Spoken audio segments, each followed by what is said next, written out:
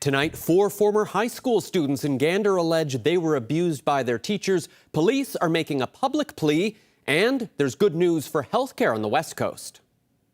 The new Western Memorial Regional Hospital officially opens to the public this weekend. Tonight, we'll talk to 2 advocates who fought hard for better health care on the West Coast. We'll find out what they have to say about this brand new facility. I think it's great. It's definitely the best new addition to any of the Parks trails, in my opinion. There's a new mountain bike trail in Terra Nova National Park, and it's aimed at the experienced riders to, well, the novices like me. Well, that's the story tonight on Here Now. Well, it's the end of an era at the Greenbelt Tennis Club. This bubble has stood here for decades, and this weekend it's coming down. I'll tell you all about it shortly. This is CBC Here and Now.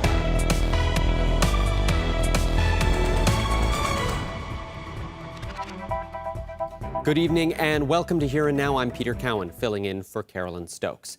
The new $723 million hospital in Corner Brook is set to open this weekend, more than 15 years after it was first promised. There have been 5 premiers since then, but one committee kept pushing for better health care for the island's West Coast. Here Now's Colleen Connors sat down with the chairs of the Hospital Action Committee. These 2 advocates can't remember when they started the Hospital Action Committee. Was it 13 years? Maybe 15. A long time, regardless. Their goal? A new hospital with proper cancer care. Now, after all those years, the 7-story structure officially opens on Sunday. A lot of people thought would never happen. We had so many naysayers when we started the campaign for a hospital that we even doubted ourselves on times. But no, we said we're going to have it. That's it. Yep. And how are you feeling? A long time coming, Colleen, but it's well appreciated, and I think the people are going to enjoy the new hospital.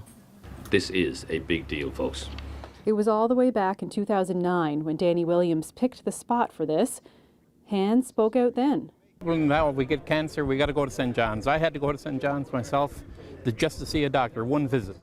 Parsons joined the fight shortly after. Another West Coaster who was faced with travel to St. John's for treatments and appointments. The committee grew and spoke out at government announcements, held large rallies, and pushed for a radiation unit in Corner Brook. They promised us this, well, the hospital's in place, but the radiation was promised to us. They say everything else in place other than a radiation oncologist. And hopefully now they say they had somebody and pretty well sure they were going to come, so if he comes and stays, we'll have radiation on the West Coast. These 2 even had to push for 2 months to get inside the new hospital for a tour, pleading with government officials. Beautiful. The design of the building is beautiful. The operating rooms are amazing. They say they're the most modern operating rooms in Canada right now. They say they will continue to push for cancer care and hold government accountable on their radiation and past PET scanner promises. So this is not the last time we're talking. I got a really good sense. I don't think so. Okay. Once the new hospital opens on Sunday and the close to 100 patients are transferred here, Parsons and Han are still hopeful that this brand new state-of-the-art facility will attract the specialists and doctors that are still needed, that they will come and work here and live here. Colleen Connors, CBC News, Corner Brook. Well, all inpatients will be transferred to the new Western Memorial on Sunday. Between 8 a.m. and 5 p.m., patients will be transferred along West Valley Road, O'Connell Drive, University Avenue, and Corporal Pinsent Memorial Drive. The roads aren't going to be closed, but drivers are asked to avoid the route wherever possible. While staying on the West Coast, the province says equipment at the Corner Brook Pulp and Paper Mill that caused a major safety concern has been inspected and fixed. The mill was temporarily shut down in April, and government documents showed that was due to major concerns about some of the registered pressure equipment. Service NL says a licensed mechanical contractor worked with the mill to address the issues, and the equipment has been inspected and recertified. The department is working with the mill to address 45 other outstanding safety concerns. Police say 4 women have come forward with complaints against former teachers at Gander Collegiate. As we reported yesterday, 2 retired teachers from that school face a number of sexual offenses dating back to the late 70s and early 1980s. RCMP says it's been investigating the former high school teachers for 3 years. The first complainant, a former student, came forward in 2021. 2 more former students brought forward their allegations to police the following year for a total of 4 alleged victims. 72-year-old Wayne Hurley is charged with 4 counts of indecent assault, as well as a charge of sexual assault. 75-year-old Wayne Oates faces charges for indecent assault and gross indecency. Today, police made this appeal to the public. They will appear in court in September of this year, and we also believe that there may be other victims out there and possibly witnesses. So we are urging any students from the late 70s to early 80s who may have information that's pertinent to this investigation to please come forward to us. We have an update tonight on a Newfoundland businessman who's in hot water in Ontario. As late as February, Raymond Kalonga was sentenced to more than a year in jail for consumer affairs charges in that province. Now Kalonga has appealed that conviction and the sentence. In court filings, Kalonga says there is fresh evidence in his case, and he says his 2019 guilty pleas were entered by his paralegal representative and he was uninformed. As the appeal makes its way through the courts, Kalonga's warrant has been set aside. After Canadian Standard Home Services closed in Ontario, Kalonga opened Atlantic Standard HVAC in Newfoundland. Customers in this province spoke with CBC News about their issues communicating with Atlantic Standard and accessing their warranties. Well, it's happening at university convocations across North America, and yesterday pro-Palestinian protests were center stage during Memorial University's convocation. A student stood behind University President Neil Bose with a sign. It read, "MUN supports Israel's genocide in Gaza." The student remained on stage for more than 10 minutes. A group of pro-Palestinian student activists and student union representatives met with Bose last week. They say they were disappointed that MUN would not discuss divesting from any companies with ties to Israel. However, it's not clear if the university has any connections with any of those companies. The inquiry into the treatment of Inuit children in care will resume on Monday.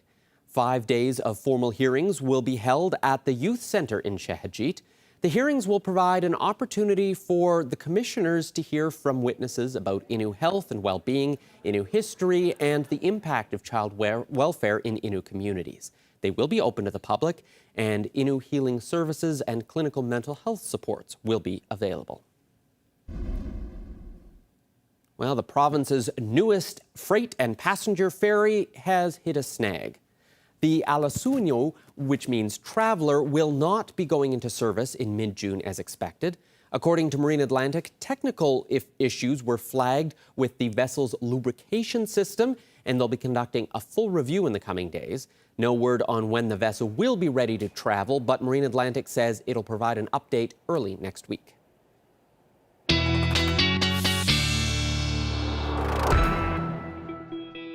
What a difference one day can make. We've got lots of rain happening across a good portion of the island today. Ridge of high pressure in Labrador means your temperatures are actually getting better and are going to continue to get better as we head through the weekend. We've got some milder air to the west that's going to move in through the next couple of days. Stick around, it looks like, through next week as well.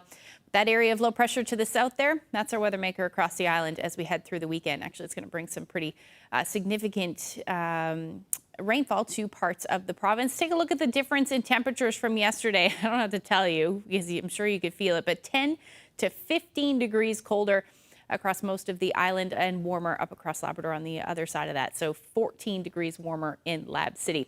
There's that warm air I was talking about. So that is going to move in Saturday, Sunday, and into next week. We could be talking about temperatures in the mid-20s up across the Big Land. We're going to see that as well through parts of the island. Not so much an onshore flow. That means cooler temperatures towards the coast, but I'll break it all down for you coming up. Thanks, Ashley. For the St. John's Tennis Association, it's the end of an era. The famous bubble covering the tennis courts at the Greenbelt is coming down this weekend. The large white covering that has allowed tennis players to continue year-round will be replaced, and the courts are going to be refreshed ahead of the Canada Games. Jeremy Eaton is down at the final night to knock around a few balls and serve us up this live hit. So, Jeremy, what's the latest from there? Well, Peter, we're down here now. There's a couple dozen people who have played tennis and pickleball here over the years, and they've come down for the final night because this facility, the bubble is going to come down. We'll get to that in a second, but the facility is going to close for a number of months, so people are getting their last few whacks in, so to speak, before the shutdown. But there is, as always, I don't know anything, but we do have guests who know a lot, and that's Rob Salzman, who is a past president of the St. John's Tennis Association. Didn't want to shag that up. Rob, thanks for joining us. Thank you, Jeremy. Nice to be here. So what's going on here tonight? Well, it's a big night. It's the end of an era, the beginning of a new one. This bubble's been standing about 37 years, actually, since just after the last Canada Games. There were outdoor courts here originally. So the bubble's, seen better days. In fact, funnily enough, these structures normally don't last this long, but it's thanks to our poor climate. It's because it's sunlight that weakens and eventually destroys them. So this is well past its sell-by date. It's covered with patches. It's still standing up. At any rate, it's done its duty for us, and on tomorrow night or Sunday, it's going to float gently down, and the construction project for the new 7-court bubble will start on Monday. How long will it take? This is a massive structure, but how long is it going to take to deflate this? Is it like a balloon, you pop it and she's done, or how long is it going to take to bring it down? I wish it was that. I think it's actually going to be pretty much of a non-event. The fan will clear everything out, the lights and everything like that, turn the fan off, and it will gently float down over probably 20 minutes or so. Okay. So you said right now we're standing on 6 courts. This was originally built for the 1977 Canada Games. Right. So what's going to change starting Monday? What work are we going to see here, Rob? Well, there will be, as I say, it will change from 6 to 7 courts. We're going to add 2 fixed pickleball courts because pickleball is very much in our future here in this facility. It'll move down 1 court. The clubhouse will be extended a little bit. New airlock and a revolving door will be added. Big gate down here to allow heavy equipment in. And no more mold as well, which will be very nice. Clubhouse, that's going to be important. The one has stood here for a very long time. What's it going to look like and what's it going to take to get it built, Rob? Yeah, so it's the last thing. We have a lot of organizations to thank for getting us this far. The Tennis Canada Host Society, Tennis Canada, ACOA, the province of Newfoundland, have helped us raise the bulk of the money required to get this bubble replaced. It's about $4 million in total. We still have about $500,000, $600,000 required to refurbish the clubhouse, and we're starting our fundraising efforts for that now. So we're reaching into the tennis and pickleball community for help. And you too, Jeremy, by the way. No, just kidding. I think I got $5 in my pocket. Okay, perfect. Anyways, Rob, thanks so much for joining us and man. telling us about it. Yeah. This is Rob. He's the past president of the St. John's Tennis Association. I'm Jeremy Eaton. We're not done here because this is going to be a project that's part of the Canada Games next year, so we're going to hear from the host committee coming up later on the show. Peter? Thank you very much, Jeremy. Jeremy Eaton reporting live for us tonight. Police are asking ATV riders to be more cautious when they're driving on trails. The RNC and the Avalon Trailway Corporation say even though there have been no ATV fatalities this year, the number of aggressive riders has gone up recently. The president of the corporation says parents as well as riders have a big role to play. To me, it comes back to the parent because a youth is only doing what a youth would do on these machines. They enjoy riding them. The big thing is the parents are responsible. They're responsible financially, legally, but they also have a responsibility, I guess, for the mental health going forward. Like, you can only imagine if a child is in an accident on one of these machines and he gets injured for the rest of his life or takes somebody's life. That's a responsibility that they'll be carrying with them their whole life. Well, from one trail to another, tucked deep into the wilderness, Terra Nova National Park is debuting a trail dedicated to mountain bike riders. And if the first reviews are any indication, it's already a hit with young thrill seekers. Here now's Troy Turner took a spin to see it for himself. Tires hug the turns molded into a track. Riders manipulate every obstacle, both natural and custom built by park staff. This is the first trail that's totally dedicated to mountain biking. And we knew there was a demand for it, and there's some mountain biking clubs in the area. So they've come up and they've tested this trail. And they did, I guess, a Facebook post that night. and it had 17,000 hits the first night that it was posted. It's nestled among the boreal forest of Newman Sound Campground, using the footprint of old campsites. We've been monitoring trends in the tourism industry, and we've noticed a lot of growth in mountain biking. Especially the last few years, we've been seeing a lot of these fat bikes and that around. And we've even noticed some little, we'll call them rogue trails in the park, and some jumps and humps and some berms and turns. So we thought it was a good time for us to put in a mountain bike skills trail. The course is designed so that there are obstacles for more experienced riders, but there's always a way for novice riders, such as myself, to opt out.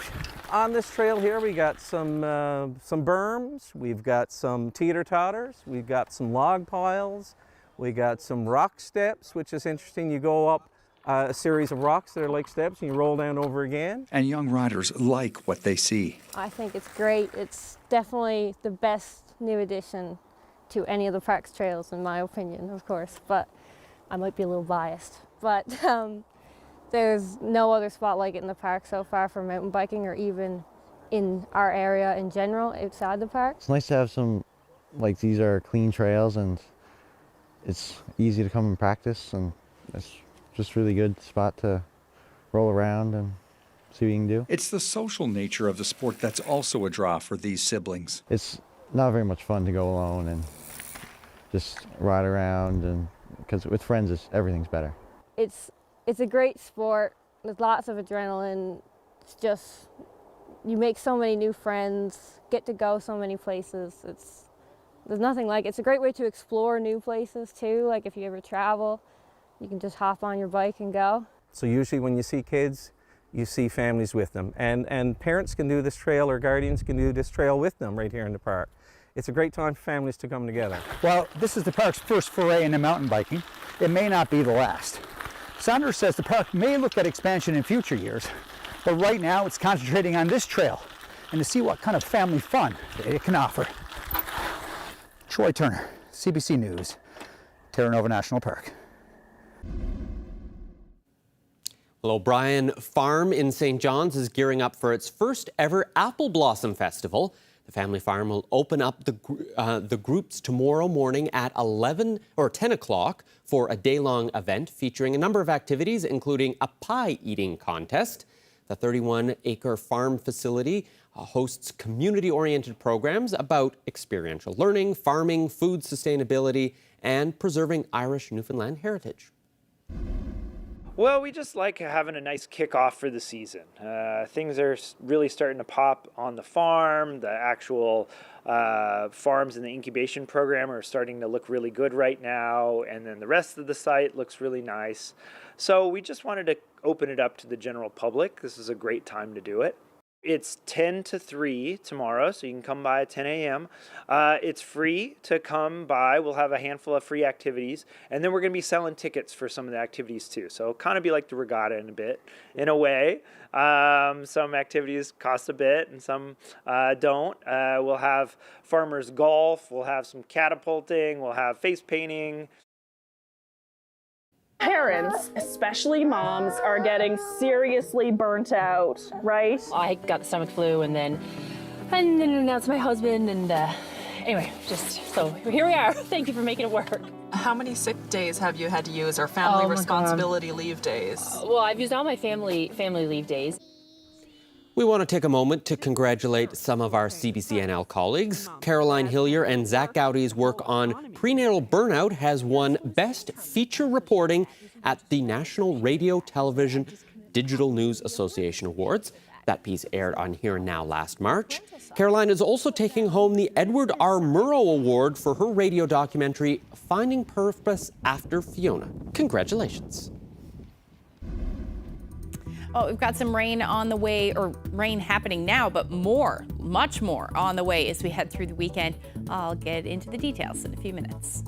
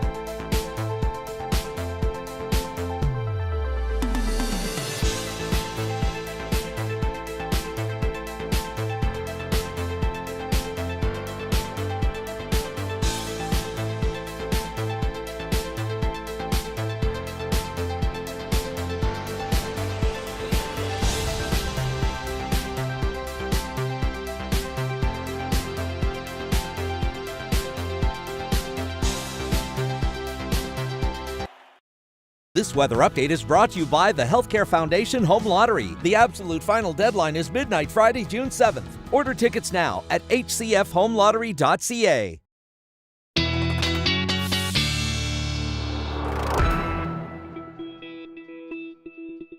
Ashley, we're on a bit of a roller coaster.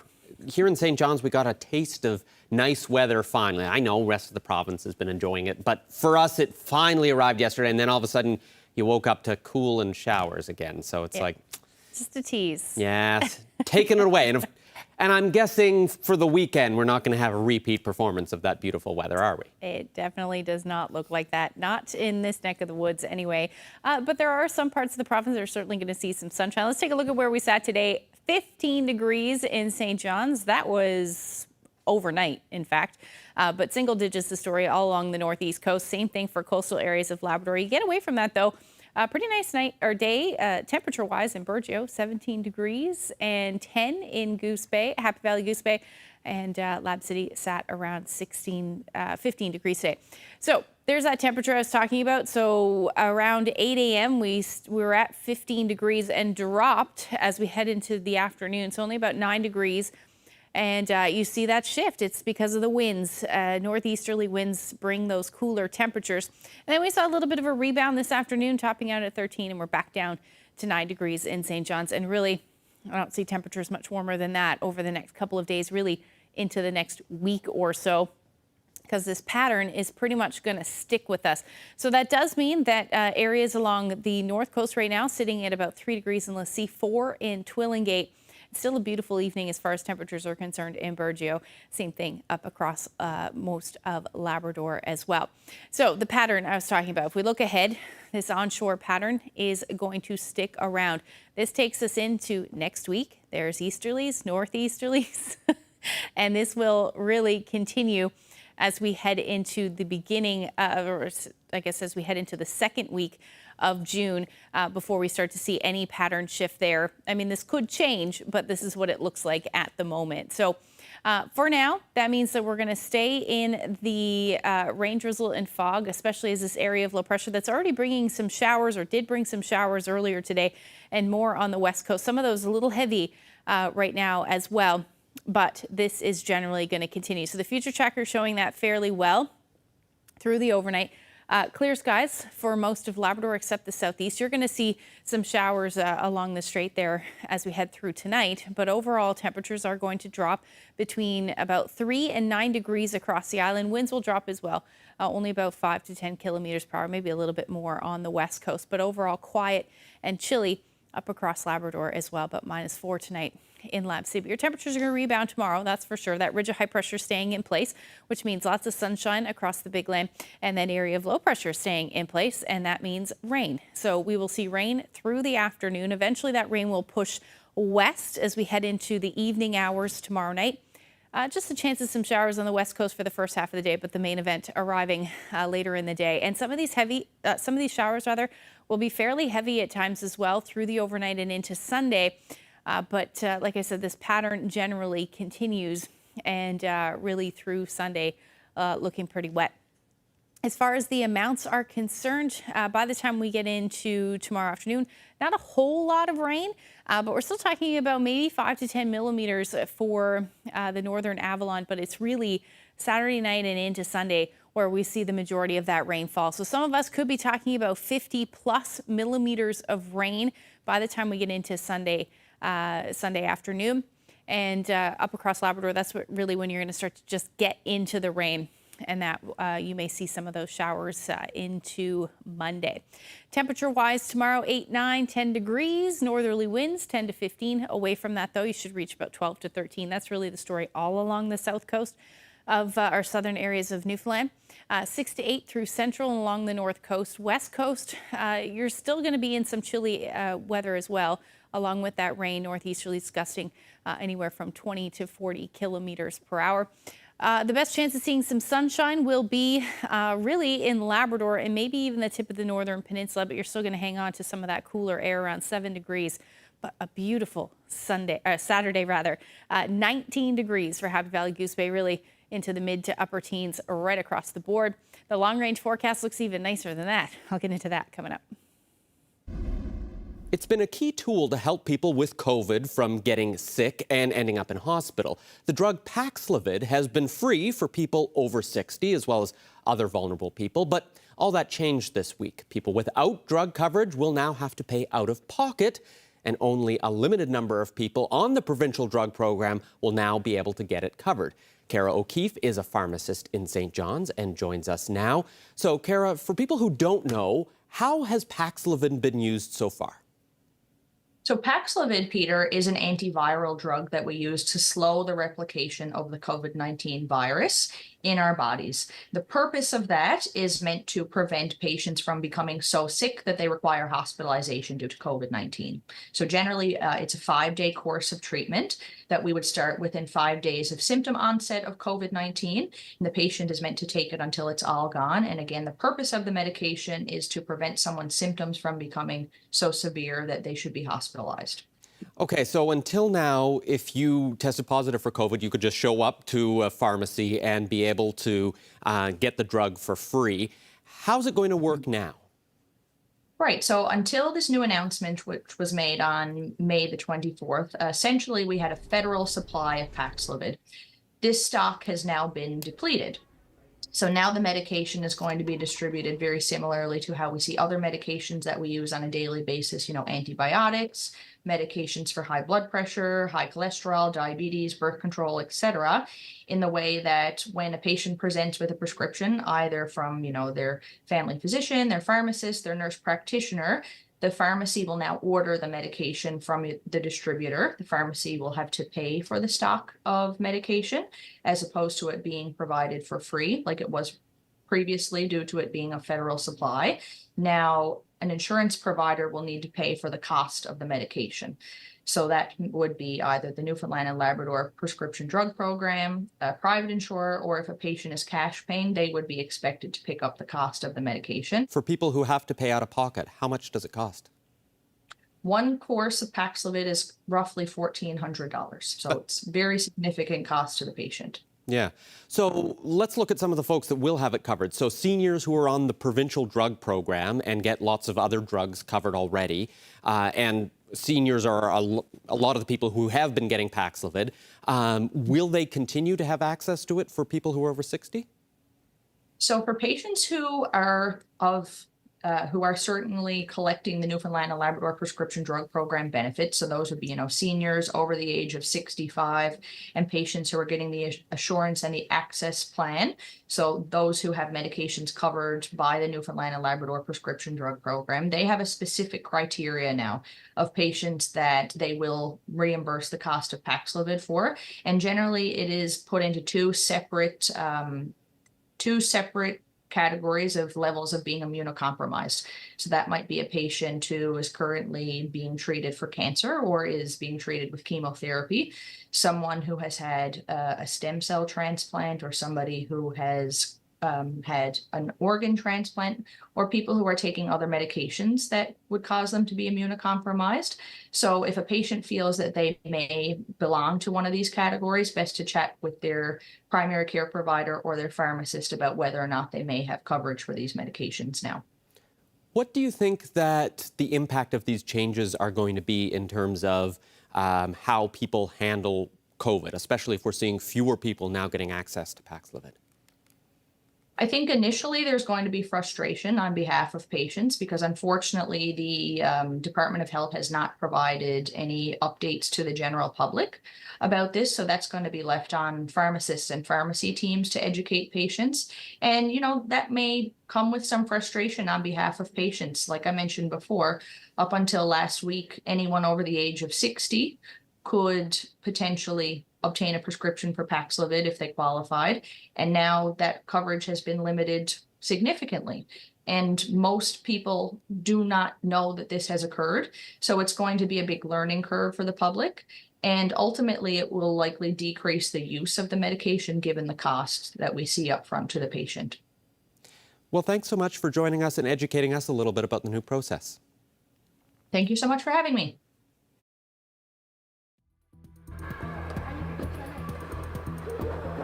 lot of balls being batted around here tonight at the Greenbelt Bubble, which will come down today, but it's all part of the process to get ready for the 2025 Canada Games. We're going to hear from a member of the host society coming up after the break.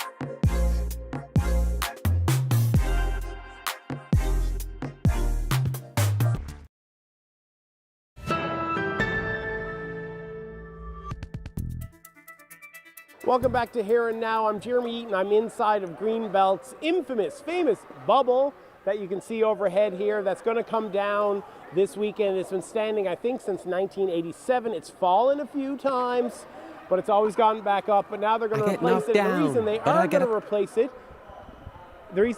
to replace it, is because of the fact that they have to get ready for the 2025 Canada Games. And a member of the host society. Host Society. Trevor Murphy, thanks for joining us. Thanks, Jeremy. It's great to see you. Trevor, how important is this project for the Canada Games? Well, I think with all the projects that we're doing right now, it all comes down to the legacy piece. So while we're getting ready for 2025, making sure we have the top of the line competition venues. It's going to be special for those athletes who come to participate in the Canada Games, but it's the legacy afterwards. And we've seen things that are happening throughout this province that basically happened because of 77. So now we're going to see for 2025. So it's a very special time. it's going to leave a special legacy here for the province, and that the athletes of tomorrow will have that chance to train, compete, and be ready for Canada Games down the road and provincial competitions. I know that we're creeping up on being the 1 year out anniversary, and I know that'll be a special one. But, you know, as a member of the society trying to get this city and parts of the province ready for the games, how's everything going, Trevor? Things have been great, and we had to say a huge thanks to the planning volunteers who are involved so far, the City of St. John's, provincial government, federal government, and also surrounding municipalities. Everyone's coming together right now. They see the benefits that 2025 will have, and everyone's really working closely together, and it's been great so far. We've seen a lot of great things happening, and as you said, we're 1 year out as of August. Lots of great things being geared up for that 1 year out anniversary, and yeah, just really excited to see. We've done some venue tours in the last few weeks too. You're seeing progression happening at all these venues, and again, it's really special to see the excitement that's surrounding 2025. When you talk about that, like what other projects, obviously this is one that we can see. Another one that's clear is obviously there's work going on at the Ack Arena. If you drive by, you can see that. There's that Fortis facility next door, which we can see. If you work at the CBC, you can see that all the time. Yeah. But what other things what might people not see that are being worked on for these games, Trevor? There's going to be a renovation out at St. Pat's Ballpark here in the fall. It's going to start. Smallwood baseball field in Mount Pearl went through a major renovation. That's coming along really nicely. Every venue, has seen something special happening. This is a big one. We've been waiting for this one to happen for a little while now. So seeing kind of, this dome has been such a fantastic aspect of St. John's coming down this weekend, and the new one starting next week. This is going to be another big one, but you said the Ack Arena, the Fortis Canada Games Complex.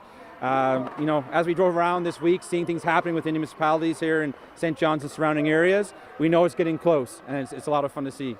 Speaking of getting close, we're going to wrap up. But before we wrap up, I'm putting you on the spot, Trevor. Are we going to be ready? Is the City of St. John's going to be ready for the 2025 Canada Games? Absolutely. The city is going to be ready. Surrounding municipalities, volunteers, we'll be ready to go. Trevor, appreciate your time, man. Thanks so much. Always a pleasure.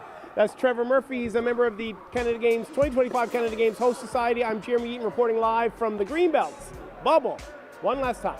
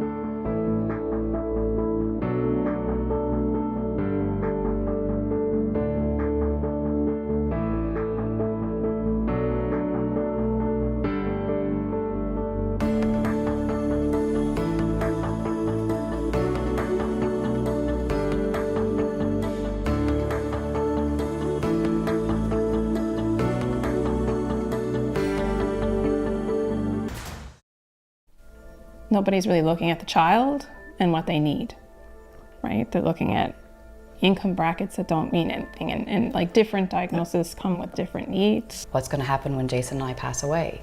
Who's going to look after her? Those thoughts are constantly with you. It's not consistent and it's not given to everyone. You always feel a sense of guilt, like you're not being able to give everything to each child. She brightens our days every day.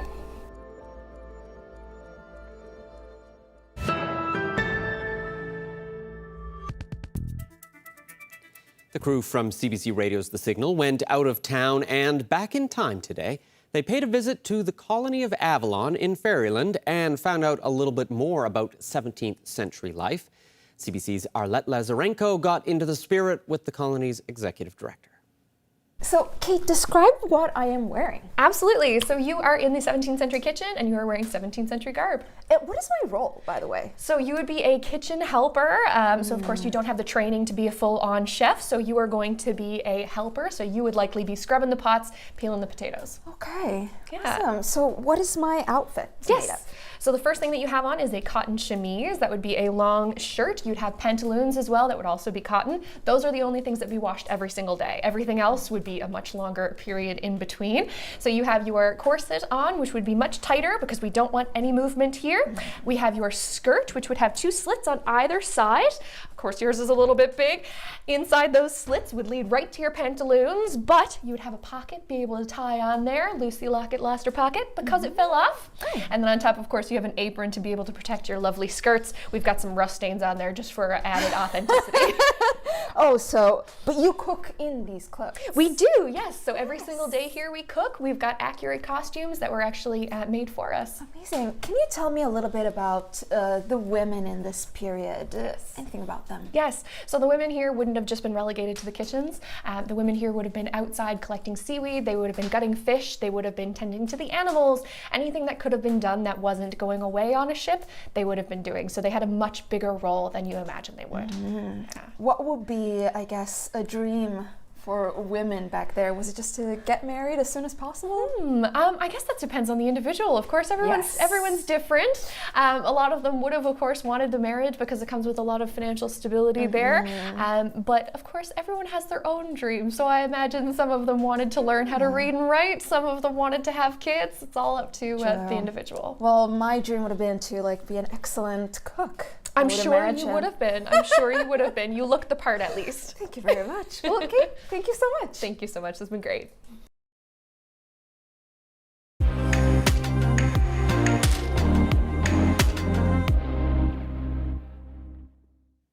Well, let's head to Fredericton for a story that's less buyer beware and more seller gets a scare.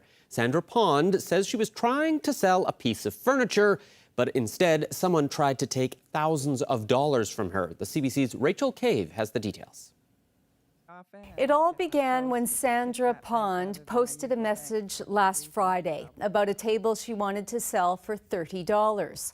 She said someone then offered to buy it and pay with an e-transfer. Pond provided her email address and then got what looked like a real Interact notice advising her to accept the deposit by clicking through to her bank account and using her PIN to sign in. Earlier today, she told the CBC's Jean Armstrong what happened next. There was a little, like a little circle circling around all the time. It kept saying, "Do not refresh this page. This may take a few minutes." In retrospect, I was thinking afterwards, a few minutes while I take all your money.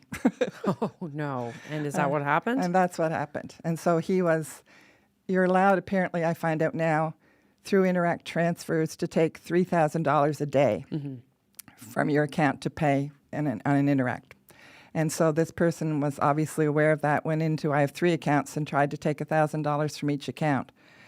This bank that I chose is one that I don't use very often, and I chose to pick that bank rather than my usual bank for that reason. Probably, it's always in the back of my mind. I try to be aware of things that might happen, but I wasn't really expecting this. And so it went into overdraft. The bank had released the money, but then the bank was aware something was going on too. And I clicked out. I thought, this something's not right. This is taking too long. And I saw an email from my bank that said, sign in immediately and change your password. That quickly? That quickly. So I did that, and then I hung up and I called the number from the back of my debit card, and they advised me that there was activity on my account that was suspicious, and that they'd locked my account, and that I had to go to the bank in person to unlock it. Cybersecurity expert David Shipley told CBC Facebook marketplace scammers have figured out how to copy Interact emails and make them look authentic. He also said police are overwhelmed by the spike in online fraud and criminals know it. His advice is to listen to your gut. If something doesn't feel right, it probably isn't.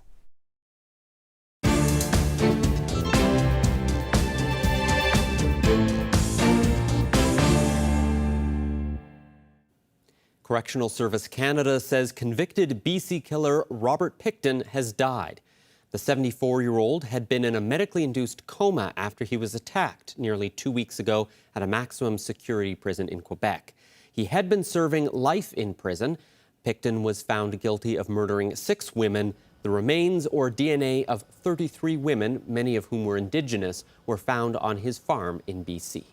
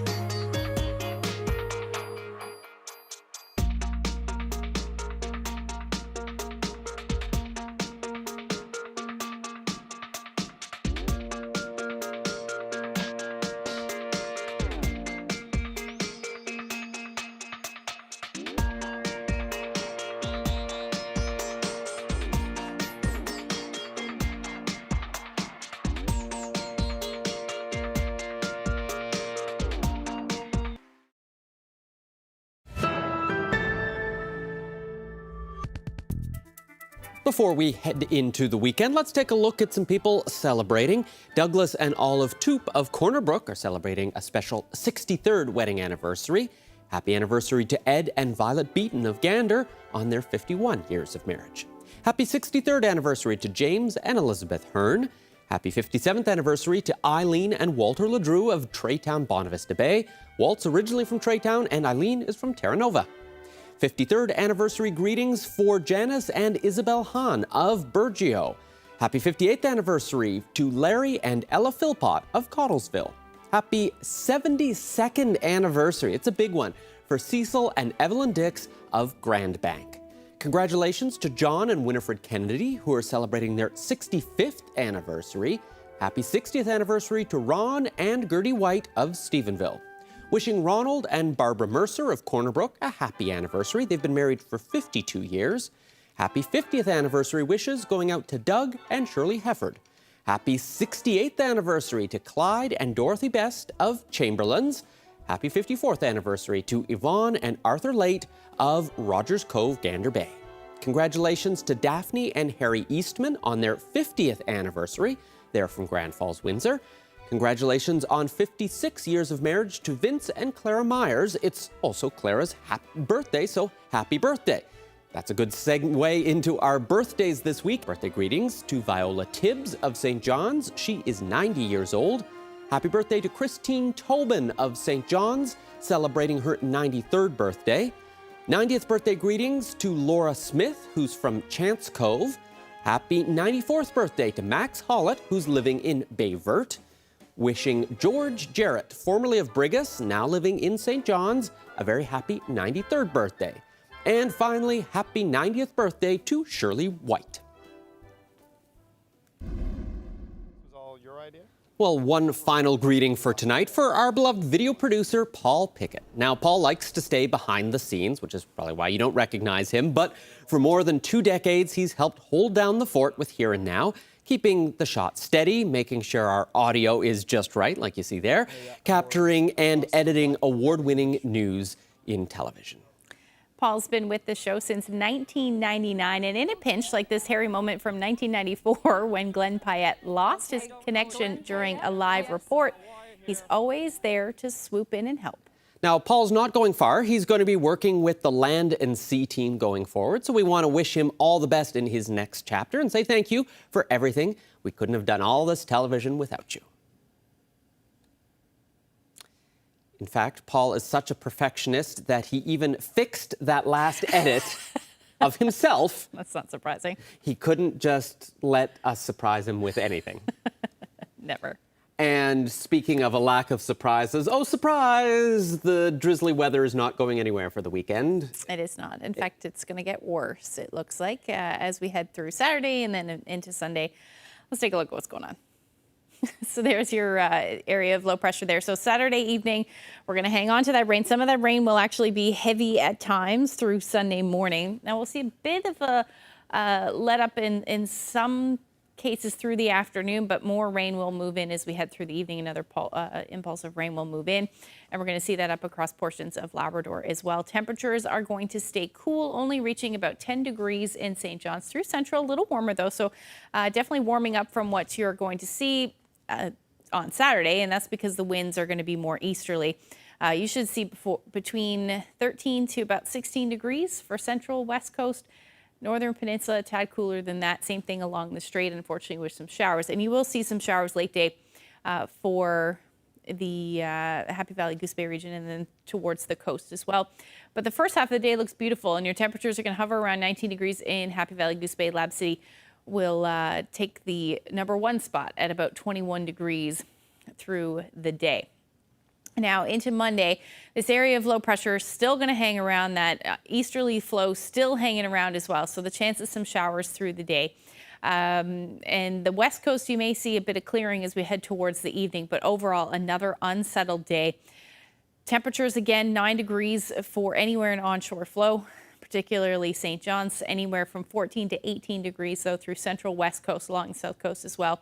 Labrador, just keeping that temperature on the way up, anywhere from 21 to 23 degrees for your Monday, and the long-range forecast seeing temperatures even warmer than that And then towards the coast, some sunshine. It looks like through the day, Cartwright, you'll hover around 16 degrees. But the northern peninsula, you're going to hang on to temperatures, and really along the strait there, around 11 degrees through the day. Long range forecast, a whole lot more of rain, drizzle, and fog as we head into midweek next week, really through the remainder of the week as well. Talking about temperatures between 9 and 10 degrees. We may see 1 or 2 degrees more than this, but overall, there really isn't a whole lot of variation there. Your overnight lows dipping to maybe 7 degrees. So only a couple degrees there difference from night and day. For central Newfoundland, you will see your temperatures in the teens for into the middle of next week, around 17 degrees by the time we get into Wednesday with some sun peeking out.